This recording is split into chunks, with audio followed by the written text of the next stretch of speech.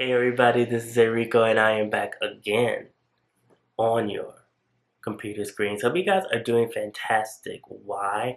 Because you're watching this video. Be sure to like this video, click the notification bell, give your opinions below as I rant about topics from East Asian pop culture as well as other current events. So we have good old Johnny Boy from Japan, who is the founder of this big empire of Japanese male J-pop idols. And I've talked about this story before, but this man has messed around with his younger age boys who have been in training at this company for years. And there were boys from the early 60s and 70s who spoke out, who even wrote tell-all books, who went to the media, who recently they met up with the Democratic side at this meeting in Japan, and they were saying that, you know,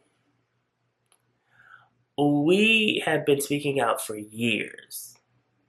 And if it wasn't for the foreign media, people outside of Japan talking about this, it would have never gained any type of spotlight because none of the Japanese media was trying to even touch this story. Of Johnny's Jr., the talent pool that Kitagawa-san ran has now come forward to tell his story.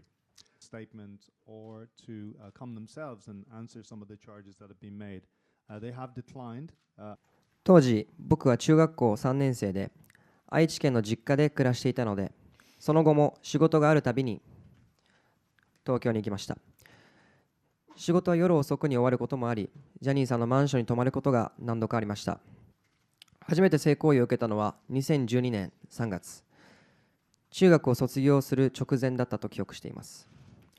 その日も仕事が遅くなって、他のジュニアたちとジャニーさんのマンションに泊まることになりました。カウアン、早く寝なよとジャニーさんに言われたときに、周囲にいた他のジュニアたちは、今日はカウアンかと気づいたと思います。早く寝なよと言われたときに、ジャニーさんの寝室かそこに近い部屋で寝ないと、翌日ジャニーさんの機嫌がすごく悪くなるということを聞いてました。その後、2016年にジャニーズ事務所を辞めるまでに、おそらく100回以上はジャニーさんのマンションに泊まり、他にもジャニーさんが滞在先で泊まるホテルのスイートルームに一緒に泊まったりすることもありました。合計で15回から20回ほどジャニーさんから性的被害を受けました。ジャニーさんには個人的には感謝の気持ちを今も持っています。ジャニーさんのおかげで人生は変わったし、And it was mostly because Johnny's had so many different entertainers that were affiliated with so many media broadcast stations and different magazines and different advertisements, and it's still like this even to this day. And so what you find is that there is a lot of these stations that were very biased, that didn't want to lose these entertainers who were bringing in ratings, mind you. Even now, there are still many boys that are from these groups that are actors, models, singers that host shows. And there are fans that tune in just simply so that they can watch them. And so it was very much like walking on thin ice. And these guys, they came to this meeting and they said, nobody wanted to talk about our stories, but it really happened. I remember that there was a case, and Johnny tried to have it thrown out. He was saying that the stories that some of the magazines, the one that were really brave enough to actually talk about the abuse, that it was a lie, it was scandals. He was suing the magazines. They threw the case out, but then they found that there was actually evidence after like the finding of the tell-all book, and then like the passing of one of the older members from the group. They say, you know what? No, there has to be something to this, and it's followed him up into his death, and it's so disgusting, and on the other hand, sad, because these victims, them being men, had to still go through the scrutiny of the public and putting it out there and being blacklisted, as well as people still making fun of them. Because, you know, in Japan, the Me Too movement, it's rolling, but then it's still for women. And I feel like that movement, people still feel like that if it's a woman talking about being, you know, sexually abused, that it's more it's more accepted. Where when it's a male or a man, they see it more as like, you know, you didn't do anything. Why you do something? You know, like you're a man. So it's that stigma that is definitely in this situation.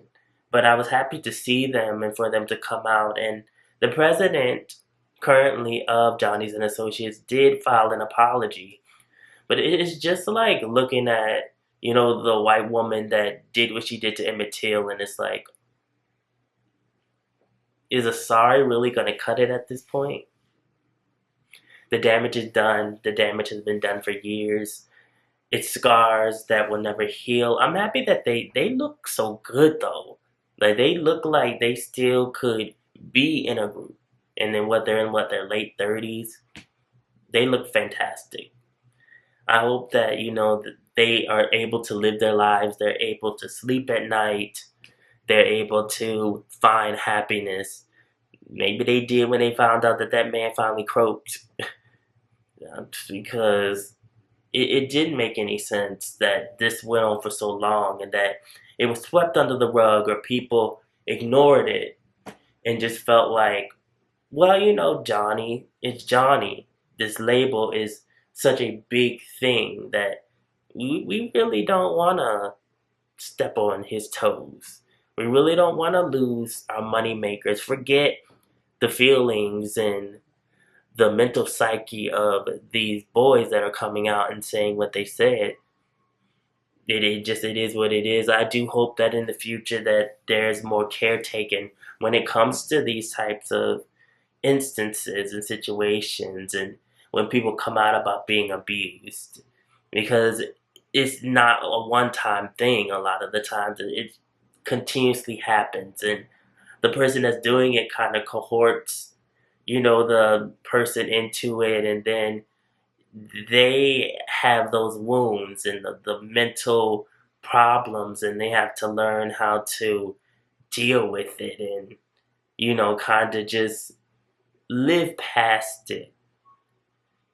Meanwhile, they're seeing their perpetrator still living well, you know, before he passed away, still making money off all these groups. And we still don't know if there was others that are even more recent. Just because he was old doesn't mean that he still wasn't trying to get it on. And it's icky. It makes your skin crawl to like really think about it. And it makes you think too, like the media needs to start looking more into stories. I mean, I understand maybe not believing it, but like the evidence was there. There was more than one boy that came out over the years that said, you know, I was abused. So hopefully we get to a point where we can start believing people, especially when they're telling the truth. So you guys, there's a lot to think about. Follow my social media, mostly my Instagram. Also a blog in East Asian pop culture. The link is always down in the description box below. And remember, be real, stay real, live in the real, and I will always be back. Thank you guys for watching. Can't wait to read your comments. See you.